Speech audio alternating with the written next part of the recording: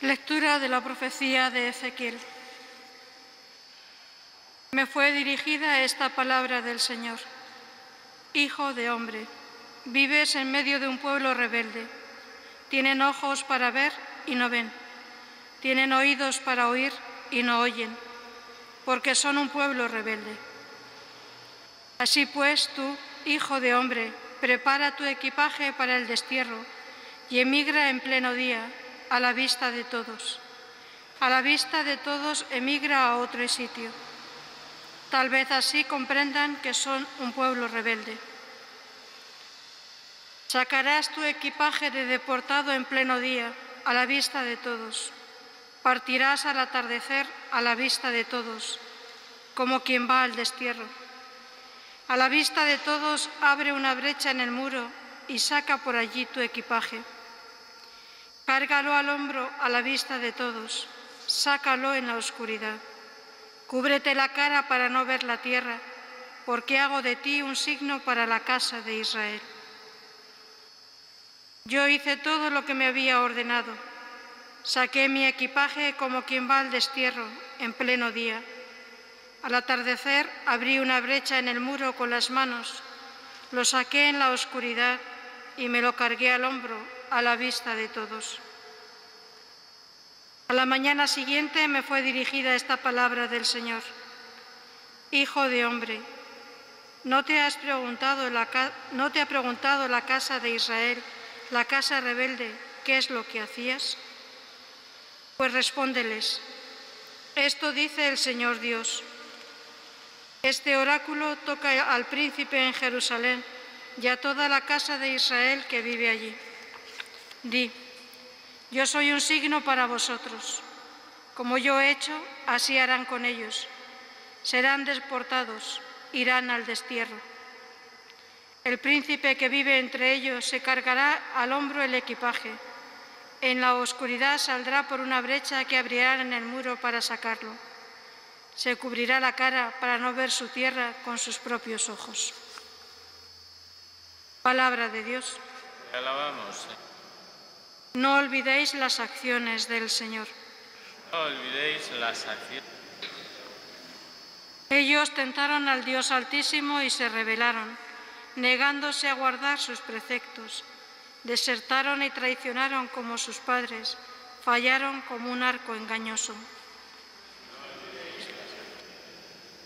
Con sus altozanos lo irritaban, con sus ídolos provocaban sus celos. Dios los oyó y se indignó, y rechazó totalmente a Israel. Abandonó sus valientes al cautiverio, su orgullo a las manos enemigas, entregó su pueblo a la espada, encolerizado contra su heredad.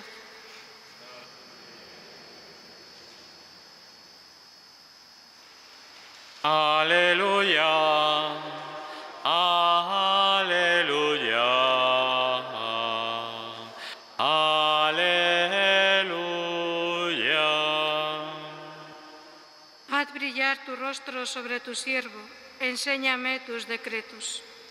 Aleluya, aleluya,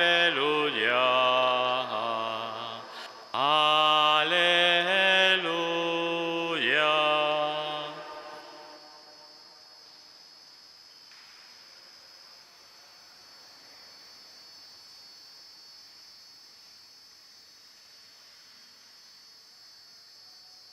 El Señor esté con vosotros. Lectura del Santo Evangelio según San Mateo.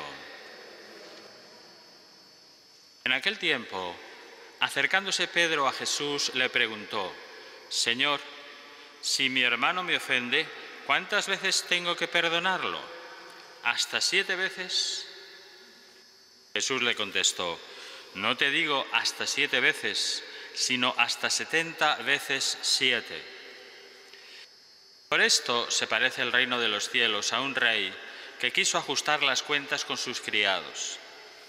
Al empezar a ajustarlas, le presentaron uno que debía 10.000 talentos.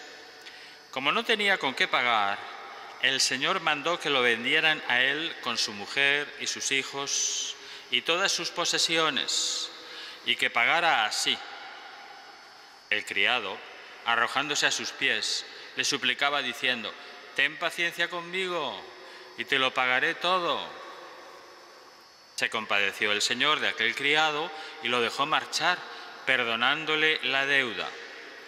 Pero al salir, el criado aquel encontró a uno de sus compañeros que le debía 100 denarios y agarrándolo lo estrangulaba diciendo: «Págame lo que me debes». El compañero, arrojándose a sus pies, le rogaba diciendo: «Ten paciencia conmigo y te lo pagaré». Pero él se negó y fue y lo metió en la cárcel hasta que pagara lo que debía. Sus compañeros, al ver lo que ocurrido, quedaron consternados y fueron a contarle a su señor todo lo sucedido. Entonces el Señor lo llamó y le dijo: «Siervo malvado, toda aquella deuda te la perdoné porque me lo rogaste. ¿No debías tú también tener compasión de tu compañero, como yo tuve compasión de ti?» Y el Señor, indignado, lo entregó a los verdugos hasta que pagara toda la deuda. Lo mismo hará con vosotros mi Padre Celestial, si cada cual no perdona de corazón a su hermano. Cuando acabó Jesús estos discursos, partió de Galilea y vino a la región de Judea, al otro lado del Jordán.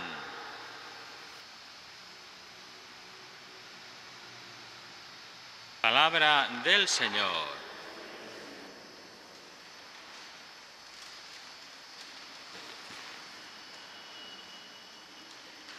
El profeta Ezequiel, como siempre, da un toque de atención. Y ante lo que el Señor le pedía, que es que diera testimonio de que iba a llegar la deportación, que iban a salir todos bajo el poder de aquellos que les iban a someter.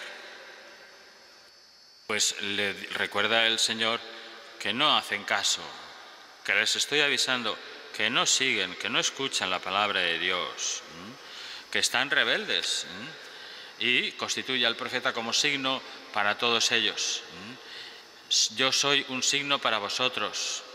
Tienes que decirle, dice a Ezequiel, como yo he hecho, así harán con ellos. Serán deportados, irán al destierro. Es tremendo que el Señor nos tenga que decir muchas veces esto. Te lo estoy diciendo, que no te enteras, que sigues ahí, que no acabas de entender cuál es el camino por donde tienes que ir. Y uno de los puntos capitales de nuestro camino, que lo repetimos continuamente en el Padre Nuestro, es perdonar. Dios nos muestra su amor misericordioso, perdonándonos nuestros pecados, que son deudas infinitas que tenemos con Él. Los pecados pequeñitos, sí, también. Los graves, por supuesto. Los pecados mortales y los veniales, todos ofenden a nuestro Dios. Y además Él nos ofrece su misericordia para que también nosotros podamos ser misericordiosos con los demás. El perdón es una característica del amor perfecto de Dios a los hombres. Es algo importantísimo que aparece siempre en el amor que nos tiene. Y Él ha querido necesitar de nosotros para que su misericordia llegue a la gente. Desea que nosotros seamos instrumentos de su perdón, que perdonemos. Quiere mostrarle a los hombres su perdón a través de nosotros. Cuando nos invita a amar como Él mismo nos ama, también se refiere al perdón. El perdón es parte de la perfección de la caridad, pero nos cuesta mucho porque requiere que venzamos nuestro orgullo y que seamos humildes. Y sin embargo, solamente así seremos sus apóstoles y llevaremos su amor al mundo.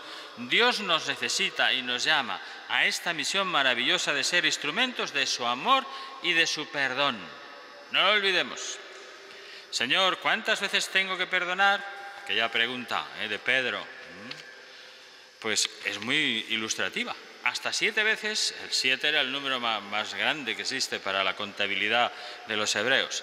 Y le contesta el Señor, no te digo hasta 7 veces, sino hasta 70 veces 7, o sea, sin ningún límite. ¿Cuánto tengo que perdonar? Todo. Con esa respuesta Jesús no nos dice que perdonar sea fácil y que tampoco exijamos lo que en justicia hay que exigir, con paciencia, sino que es un requisito absolutamente indispensable para nuestra vida. Y todos nos hemos de convertir, ¿sí? Y aprender a perdonar. Aunque algunas veces nos resistimos a convertirnos. El Santo Padre decía, es que hay cristianos que tienen esa mentalidad. ¿Por qué nos deberíamos convertir? La conversión concierne a quien de ateo se vuelve creyente. De pecador se hace justo, pero nosotros no tenemos necesidad. Ya somos cristianos. Entonces estamos bien. No necesitamos nada. Yo me porto bien, yo no hago ni una cosa mala, yo no debo convertirme. Momento. Ahonda un poco, que te estás en la superficie. Pensando así, decía el Santo Padre, no nos damos cuenta de que es precisamente de esa presunción que tienes, de lo que te tienes que convertir. ¿De cuál? De que soy cristiano y somos todos buenos y que estamos bien. Todo el mundo es bueno. Todo el mundo es bueno, no. Todo el mundo tiene las malas inclinaciones. Habrá de todo, claro. Personas muy buenas, personas menos buenas y personas muy malas. Pero lo que no puedo hacer es presumir que yo ya, pues de esa suposición de que en general va bien así y no necesito ningún tipo de conversión, de eso te tienes que convertir. Preguntémonos, decía el Santo Padre, ayudándonos a hacer examen un poquito, claro. ¿Es realmente cierto que en diversas situaciones y circunstancias de la vida tenemos en nosotros los mismos sentimientos de Jesús? Pues no, hay muchas veces que no. ¿Es verdad que sentimos como Él lo vive? Lo que nos pasa en la vida, la pandemia, las dificultades, lo que estamos viviendo, ¿lo vivo como Jesús? Por ejemplo, cuando sufrimos algún mal o alguna afrenta, ¿logramos reaccionar sin animosidad y perdonar de corazón a los que me piden disculpas? Qué difícil es perdonar, decía el Santo Padre. ¿Cómo es difícil? Y además nos brota y decimos, me las pagarás. Pues esa frase viene de dentro, del dentro del corazón, e indica que no hemos perdonado de verdad. Cuando estamos llamados a compartir alegrías y tristezas, cuando estamos llamados a acompañar a los demás, lloramos sinceramente con los que lloran y nos regocijamos con quienes se alegran.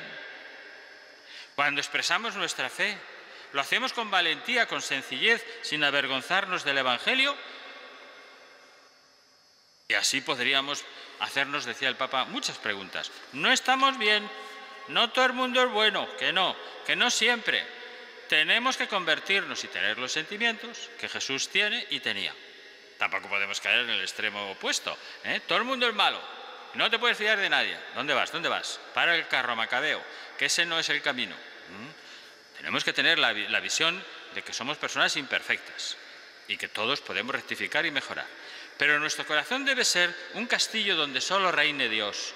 Él es amor y, como dice San Juan en su primera epístola, y como tal aborrece el odio. Si por el contrario permitimos entrar el odio en nuestro corazón, Cristo abandonará el sitio que estaba ocupando dentro de nosotros, porque no puede ser amigo de quien odia. Por ese motivo debemos perdonar en lugar de buscar venganza. ¿Qué decía el siervo, ¿no? El deudor? ¿Qué pedía? Misericordia. Ten paciencia conmigo.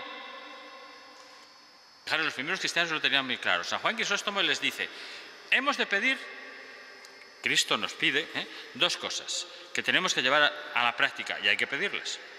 Primero, condenar mis pecados, condenar nuestros pecados, o sea, aborrecer mis pecados. Eso ya lo hago. Bueno, lo haces, como decía el Santo Padre, a veces a medias. Y, segunda parte, perdonar los pecados de los otros, que es lo que decimos en el Padre Nuestro. Perdona nuestras ofensas, como también nosotros perdonamos a los que nos ofenden. Le has puesto a Dios la condición de que te perdones según perdones tú. Y decía el Crisóstomo, hacer la primera cosa a causa de la segunda, claro, que así será más fácil, porque el que se acuerda de sus pecados será menos severo hacia su compañero de miseria.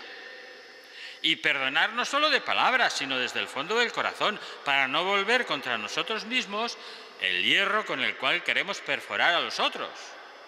¿Qué mal puede hacerte tu enemigo que sea comparable al que tú mismo te haces con esa acritud? Te haces daño. El odio mata. Odiando matamos nuestra alma. El deseo de venganza significa que se quiere superar al otro en hacer el mal. Y eso, en lugar de sanar, la situación la empeora. Pues nos la vamos a pedir eso al Señor, ¿eh?